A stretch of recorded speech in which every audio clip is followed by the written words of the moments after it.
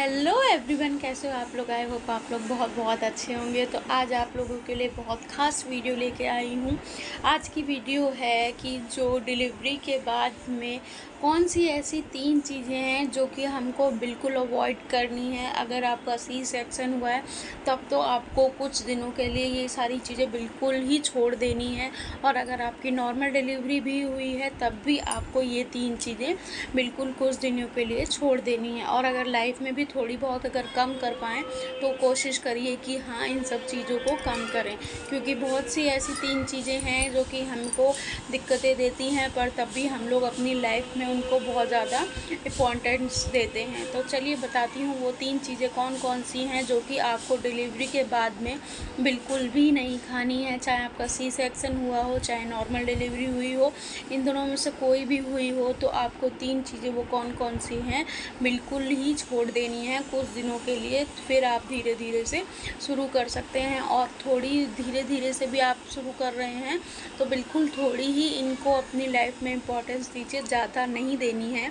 कभी कभार खा लिए महीने में, 2 महीने में, पर हर हफ्ते में या हर दूसरे दिन आपको ये सब चीज़ें बिल्कुल नहीं खानी है। तो चलिए बात कर लेते हैं वो 3 चीज़ें कौन कौन सी हैं।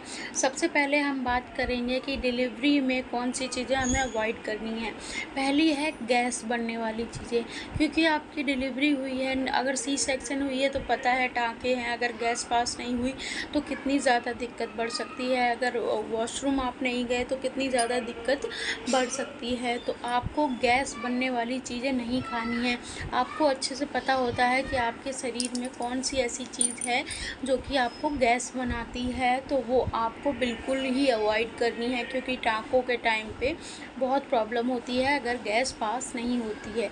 बहुत से लोगों को राजमा गैस बनाता है, बहुत से लोगों को मूंग दाल गैस बनाती है, बहुत से लोगों को गोभी, चाय, कहते हैं ना, अपने शरीर के बारे में सबको पता होती है कि कौन कौन सी चीज़ें हैं जो कि हमको गैस बना रही हैं। तो अगर आपको ये चीज़ पता है कि ये चीज़ मुझे गैस बना रही है तो आपको वो चीज़ बिल्कुल भी नहीं खानी है, बिल्कुल छोड़ देनी है उस टाइम में।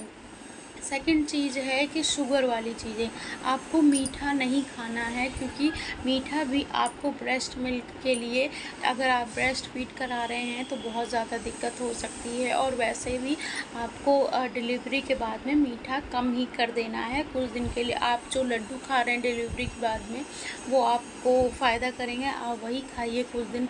अब मीठे में कौन कौन सी चीज़ें आ जाती हैं, जैसे चॉकलेट है, केक है, और हलवा है, और कहते हैं कि पेप्सी है, ये सब चीज़ें बिल्कुल भी आपको नहीं अपना सेवन करना है। शुगरी फूड नहीं लेने हैं जिसमें शुगर है, क्योंकि वो आपको डिलीवरी के बाद में दिक्कत दे सकती है। नेक्स्ट चीज़ है ऑयली फूड। ऑयली फूड सबको पता है कि कितना ज़्यादा नुकसान करेगा। अगर आपने ऑयली फूड खाए तो आपको डाइजेस्ट नहीं होगा, और फिर आपको वॉशरूम जाने में बहुत प्रॉब्लम हो जाएगी और आपको गैस बन जाएगी। ऑयली फूड में जैसे कि छोले भटूरे हैं, ये क्या कहते हैं, पिज़्ज़ा है, बर्गर है, ये हैवी ऑयली फूड नहीं लेने हैं जिससे आप पे गैस बने, क्योंकि ये सब चीज़ें बहुत ज़्यादा दिक्कत हैं। अगर आपको लेनी भी है तो आप जब कहते हैं ना 4-5 महीने, 6 महीने ऑलमोस्ट आप दें अपने शरीर को, जैसे कि खिचड़ी है, हल्की दाल है, जीरा तड़का वाली दाल है, मिर्च मसाले नहीं होने चाहिए उसमें,